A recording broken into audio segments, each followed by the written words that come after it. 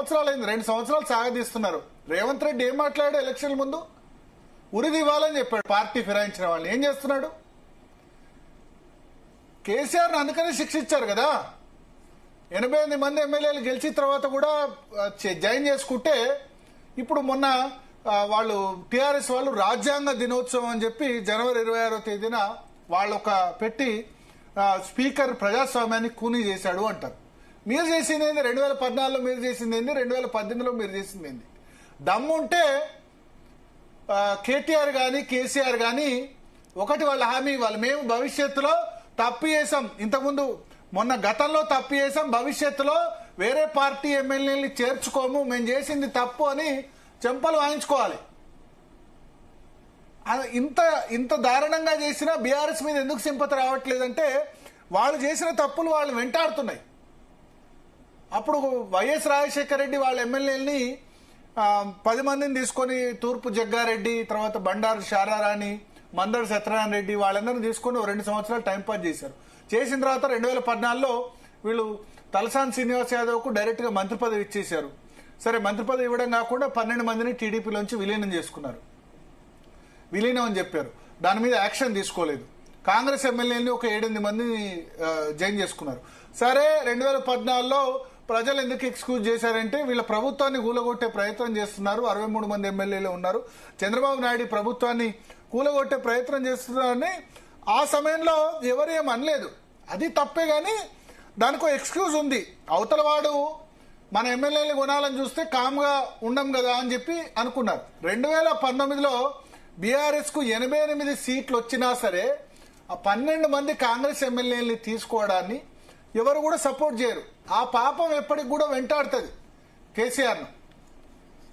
Next ఇప్పుడు KCR announce చేయాలి ఏంటంటే నేను మళ్ళీ అధికారంలోకి వస్తే ఫిరాయింపు ఎమ్మెల్యేని తీసుకోను అని చెప్పాలి. ఇక రేవంత్ రెడ్డి గురించి ఎన్నో ఆదర్శాలు చెప్పాడు ఎన్నికల ముందు. ఈ ఇంటి కాకి ఆ ఇంటి మీద వాలదు, పార్టీ మారిన వాళ్ళని ఉరిదివ్వాలి అని చెప్పి ఉరిదీసావా? దానం నాగేందర్ను ఉరిదీసావా? మిగతా 9 మంది ఎమ్మెల్యేలని అడిగేవాళ్ళు లేకుండా పోయింది.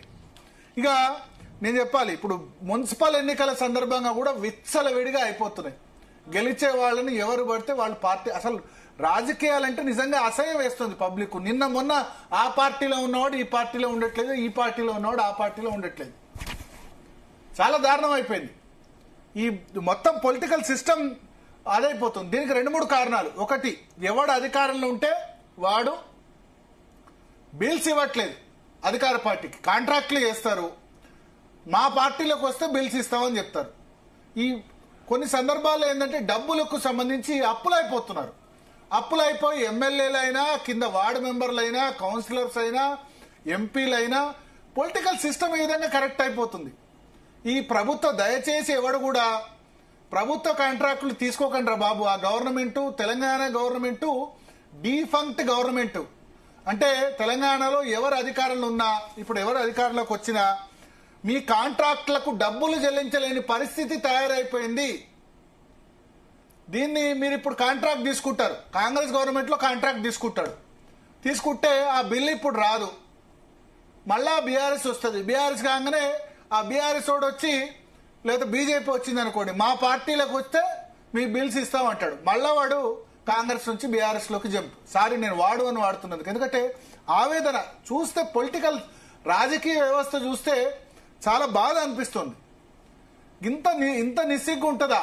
దానం నాగేందర్ డూప్ వచ్చి కంటెంట్ చేశాడా, లేకపోతే వాళ్ళ తమ్ముడో అన్ననో వచ్చి ట్విన్ బ్రదర్స్ అదేదో సినిమాలో ఉన్నట్టు వచ్చి కంటెంట్ చేశాడా?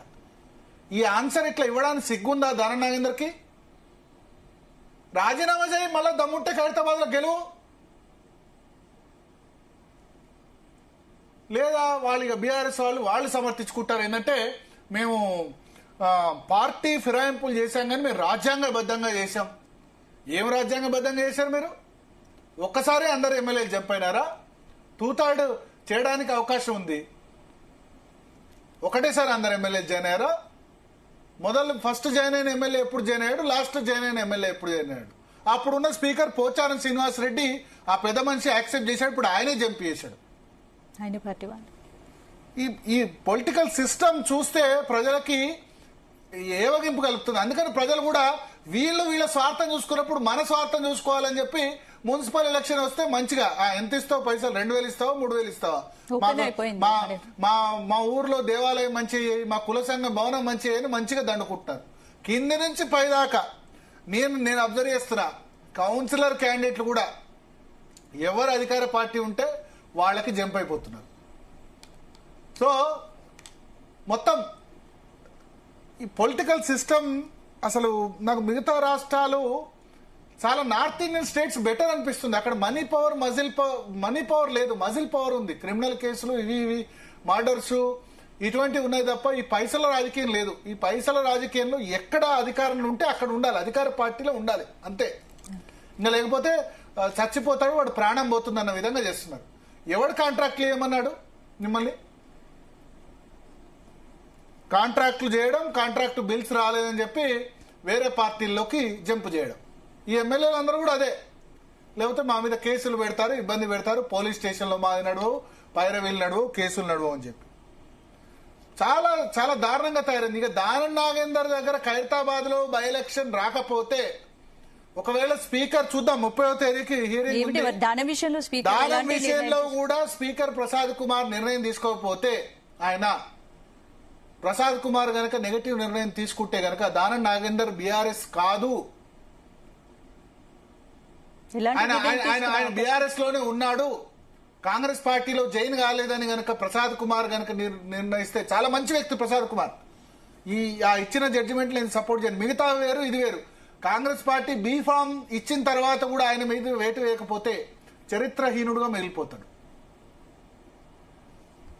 ఎందుకంటే తప్పదు, ఆయన మీద ఒక్కడి మీదైనా ఓటు వేయండి కనీసం. మిగతా 9 మంది మీద వేయలేదు, మీకు మీ అది కాలేదు. బట్ దానం నాగేందర్ బీఫామ్ తో కంటెస్ట్ చేసిన తర్వాత కూడా మీరు వేటు వేయకపోతే చరిత్రహీనుడుగా మిగిలిపోతారు. సో దానం నాగేందర్ కి క్లీన్ చీట్ ఇచ్చే అవకాశాలే లేవు. ఇక దానం నాగేందర్ రిప్లై అట్లా ఉంది, నేను బీఆర్ఎస్ లోనే ఉన్నాను, మార్చిలో కాంగ్రెస్ కు వ్యక్తిగత కారణాల వల్ల హాజరైన.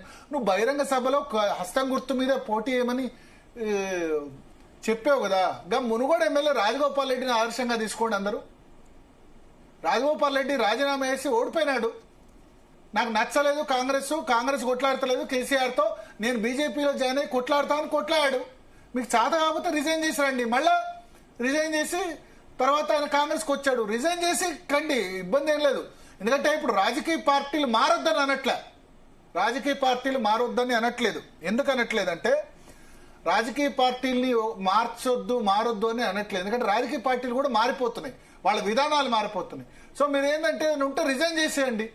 కేసీఆర్ ఉన్నాడు సిద్దిపేటలో, చంద్రబాబు నాయుడు తెలంగాణ వ్యతిరేకం అని చెప్పి ఆయన తెలంగాణకు వ్యతిరేకంగా వ్యవహరిస్తున్నాడని చెప్పి రాజీనామా చేసి బ్రహ్మాండంగా 2000 సంవత్సరంలో బ్రహ్మాండమైన మెజార్టీతో గెలిచాడు. అదే కేసీఆర్ 2014-19కి వచ్చేసరికి రాజకీయంగా ఫిరాయింపుల్ని యాక్సెప్ట్ చేశాడు.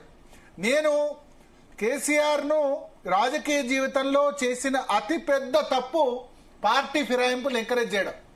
ఇప్పుడు ఇంత 10 మంది నిస్సిగ్గుగా ఇట్లా జంప్ చేసిన బీఆర్ఎస్ మీద సింపతి రాకపోవడానికి కారణం ఏంటంటే ఇది. ఇక రాహుల్ గాంధీ రాజ్యాంగం పెట్టుకొని రాజ్యాంగాన్ని కాపాడుతా అని చెప్తాడు ఎన్నికల ముందు. మీ తండ్రి రాజీవ్ గాంధీ తీసుకొచ్చాడు పార్టీ ఫిరాయింపుల నిరోధక చట్టం, మిస్టర్ రాహుల్ గాంధీ.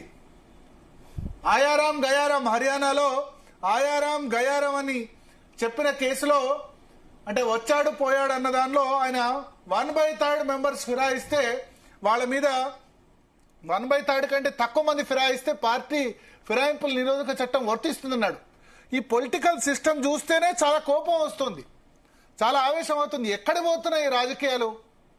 ఇంత విలువలు, ఇంత నైతిక విలువలు, ఇంత నిస్సిగ్గుగా బహిరంగంగా కాంగ్రెస్ పార్టీ తరఫున పోటీ చేసి గెలిచి కూడా నేను బీఆర్ఎస్ లో ఉన్నాను, ఇంకా నాకు సస్పెండ్ చేసినట్టు తెలియదని ఆయన రిప్లై ఇస్తున్నాడంటే, ఇక దీన్ని కూడా కోర్టులు మళ్ళీ స్పీకర్ తీర్పు ఒకవేళ ఇచ్చాడు అనుకోండి దానం నాగేందర్ బీఆర్ఎస్ లో, ఇంకా హైకోర్టు సుప్రీంకోర్టు నేనేమంటానంటే ఇంకా ఎవిడెన్సులు సాక్ష్యాలు కాదు, దీన్ని 15 రోజుల్లో క్లోజ్ చేసి పారేయాలి. అప్పుడు ప్రజలకు నమ్మకం కలుగుతుంది. ప్రజాస్వామ్యం ఉందా లేకపోతే ఒంటి కాలు మీద నడుస్తుందా, 4 కాళ్ళు కాదు చిటికైన వేల మీద నడుస్తుందా అనిపిస్తుంది. ఇక బీఆర్ఎస్ వాళ్ళు నేను చెప్పినట్టు వాళ్ళని శుద్ధ